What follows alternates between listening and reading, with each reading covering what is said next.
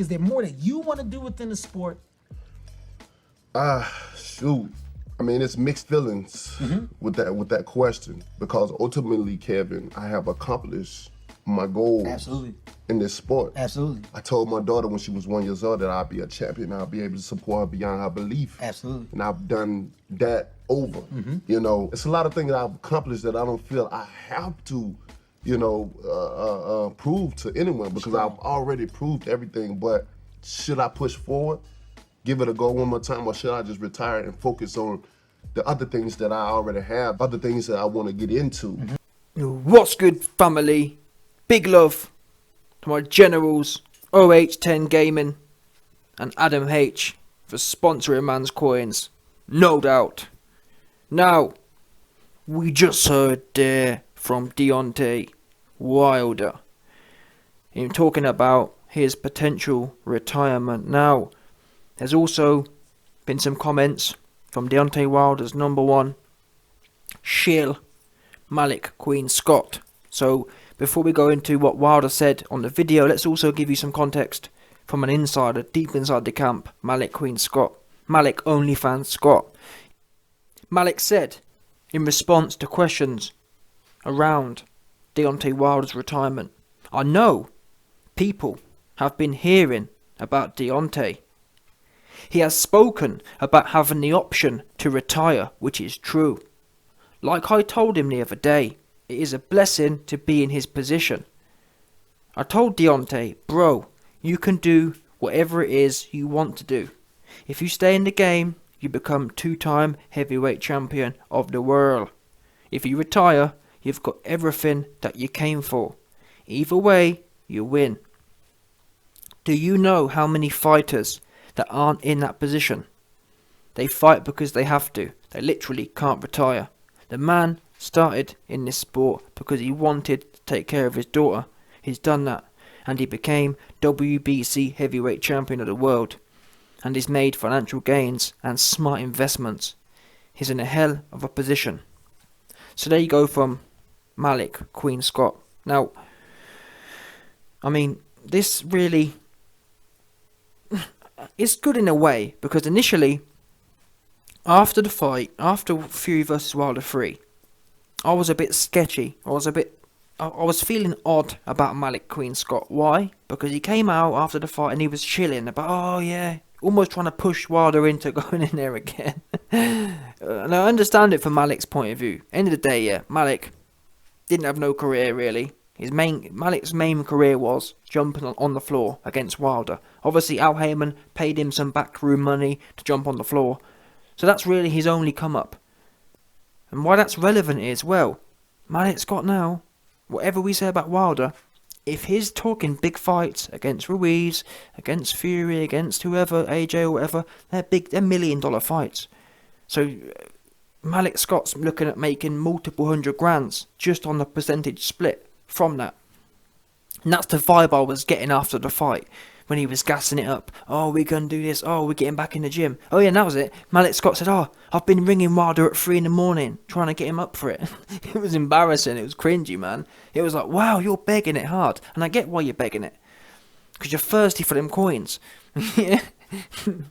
But I don't know, it just wasn't sitting right with me. However, now, it sounds like, and in a way, it's not a good sign if you are interested or keen on Deontay Wilder returning. Why isn't it a good sign? Well, the fact that Malik Scott is kind of downbeat, he went from talking about ringing Deontay Wilder at 3 a.m, now he's almost saying, yeah, well, Wilder is almost agreeing with what Wilder said. Oh, he's had a great career and he's been able to support his daughter already.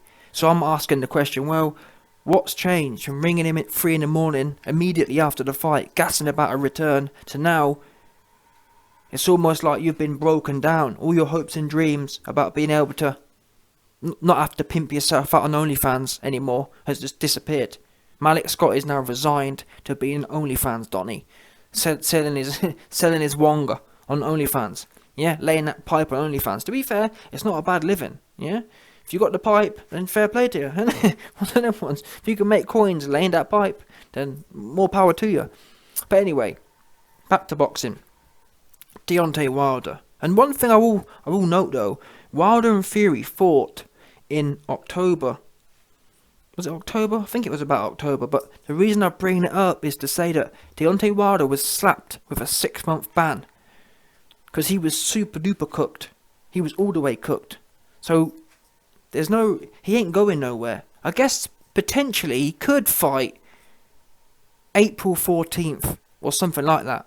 That'd be 6 months. So I guess it's going to be, well, is he going to come back immediately when he's able to?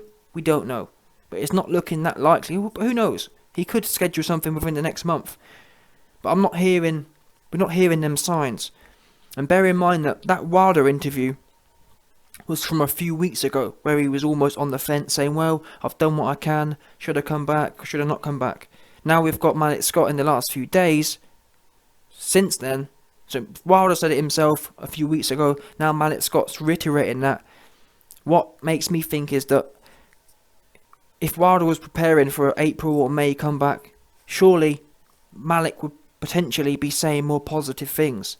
Rather than saying, yeah, he can retire if he wants to. He may be saying things like, well, we've started training lightly and Wilder's getting his juices back. Not necessarily in a camp, raring to go for Andy Ruiz or whatever, but knocking around. Who knows though? Maybe they are in training, but we haven't seen no. If you look on Wilder's Instagram, I remember before the Fury fight, for months, Wilder was putting out footage, even before the fight was confirmed. This wasn't just fight camp footage. This was just general training with Malik Scott. Remember, people. I remember reporting on it. Wilder had, I think it was like a 15 or 18 month camp. Obviously, he wasn't overtraining as such. It wasn't a camp, but he was doing the basics with Malik Scott for 18 months. And unfortunately, we're not seeing that now, which is what's a red flag for me in terms of his return. Now, specifically, should he return? I mean, the way I look at things is, Deontay Wilder's been very lucky in his career, whereas he's only really had 2 hard fights. And arguably, yeah, they've been hard fights, but, I mean, he's not being hit by a mega puncher, is he? When you think about other people's career, they're having hard fights every day. And think about, like, journeymen. Journeymen, or mid-tier guys, they get pounded by everyone. Everyone has a go on them. Think about people like Kevin Johnson. He had AJ and Daniel Dubois, and everyone's punched him up. And he's still going, fighting for pennies. So Wilder having 2 hard fights, it's not the end of the world. And if I was him, if I was in Wilder's shoes, yes, he may have millions in the bank, but life's a long life, and you're not young forever. If I was Wilder now, I'd be thinking, you know what? Let me fight for the next 2 years. I'm going to fight twice a year. Big, massive fights. Ruiz, pay-per-view, AJ, you know what I'm saying? Whoever, big names only. Dillian White. I'd set out a 4-fight structure and go for the big names. And just collect the coins. Maybe have a comeback fight and sharpen your tools and try and get a knockout again. Get back on the knockout road. Because it's been a few years since... Well, it has. It's been years since Wilder had a knockout. So maybe fight a random fight to start off with, but then go back on the glory train, just looking for big fights and big coins to collect. Because the thing is, again, yeah, you may have millions in the bank, but why not have more millions? You're in a very privileged position to be at the relative top of the game and be a big name. You've done all the hard work now. All them early years, and is Wilder the most deserving? Who knows? But the point is, people, he's there now. He's a relatively big name now. Why throw that away? And the thing is, like I said, look at all the boxers who are 50 and try and come back. You don't want to be that guy. Collect the coins that are there now, in my opinion. That's a smart business move. Collect them whilst you're young. You're still relatively fresh. Wipe out all the competition, and then you can go away at 38, 39 years old, having fought everyone, and it'll be impossible to have regrets. It'll be impossible to say, wow. Think about it. Let's say Wilder has $10 million now. These guys get to 40. That's got to last them the next 50, 60 years.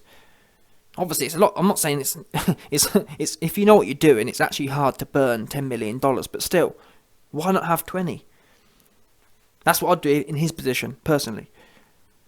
This whole notion of, oh, but it's the health thing. Listen, like I said, there's people fighting for a lot less, getting punched up a lot more. Think of all the hard fights we've watched. People getting punched from left to right for pennies. I believe people like Wilder almost owe it to them once to go in there and collect the coins. But then again, maybe Wilder's thinking, well, I've got 10 million, I'm going to make it stretch. But still, me personally, I'm more of a maximalist. I like to think that I'd hate to leave coins on a table like that for free. If I can make $5 million for just going in there and doing what I like to do anyway, why not?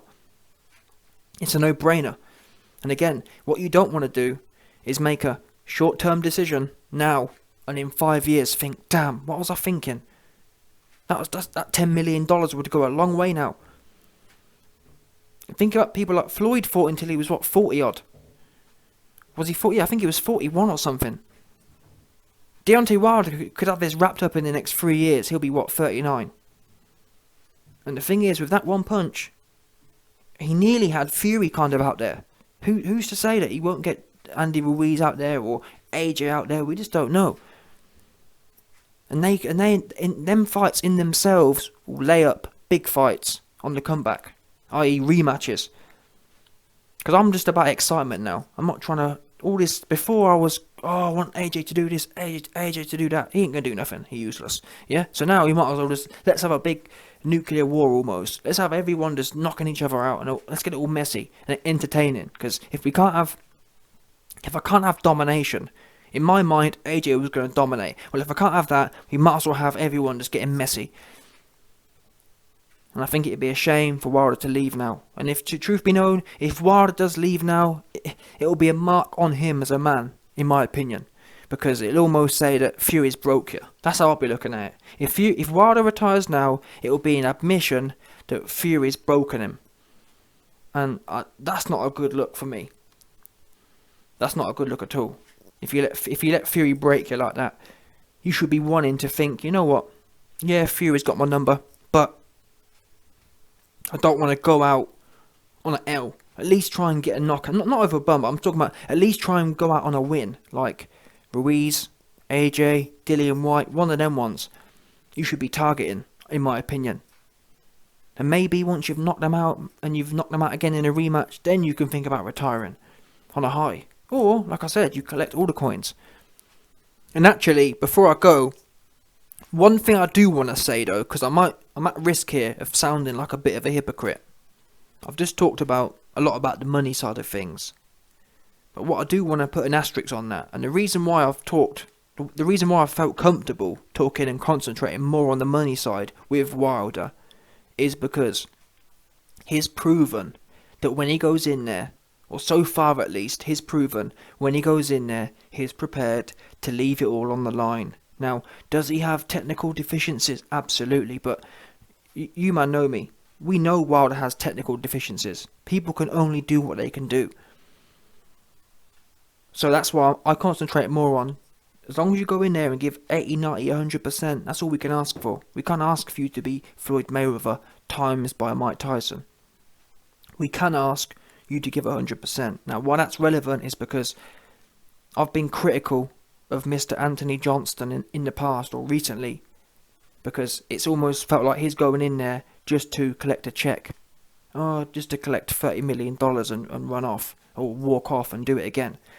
So I'm happy to talk about Wilder going in there and fighting people like Ruiz and trying to maximise his retirement fund, because I'm confident he ain't just going to go in there and just for the sake of it. He will go in there. He's shown he's got the pride to win and leave it all out there. Someone like AJ, I'd be saying something completely different. I'd be saying, listen, you need to retire because you're a joke. You haven't got no heart and you don't deserve to leave with more millions. You need to retire now and save whatever legacy you've got left. The little bit of legacy you've got left, save it. Because if you carry on losing to cruiserweights, you get knocked out by Tyson Fury, which is highly likely at this point, you ain't going to have no legacy left. I mean, to be honest, you've barely got a legacy now. If you was to retire now, it'd be bad. But carrying on, don't forget, in the post-fight press conference, AJ said, well, You know, even if I lose the Usyk rematch, people would still want to watch the me and Fury fight with no belts, wouldn't you? Like, that kind of talk to me, it's weird. That kind of talk is what tells me, listen, you need to retire. About people would still want to watch me fight Fury without no belts. What? You should be thinking about getting your belts back. It's almost like AJ's already resigned to the fact that he's probably going to get beaten. He's already calculating, well, and in fact, he's even said himself. AJ even said himself that the Fury fight would still be massive, even without the belts. It's like, why are you thinking about a massive amount of pay when you're not deserving it? The reason the Fury fight's supposed to be big is because you're supposed to have your belts, and you're supposed to be thinking about winning it. Just going in there, and just it being big, for the sake of it, is good for nothing. That's what you call a big for nothing fight. Which really is quite ironic, because you are big for nothing. Yeah, it'd work out perfectly for you. A big for nothing dude in a big for nothing fight. But anyway, I wanted to put that in there because, like I said, Wilder, to be fair, he deserves to maximise the coins. Or to be fair, it's a fair exchange. I find it as a fair exchange. You get paid a lot of money, and you do so by putting in a lot of effort, and you put in a lot of entertainment. That Fury and Wilder fight was in the top half of, and it was in the top echelon of entertainment, and that's all we ask for. Effort. If you ain't giving effort, then yeah, you're damn right, retire. If you're just going in there just for the sake of it, then yeah, retire. Because ain't no one trying to watch that.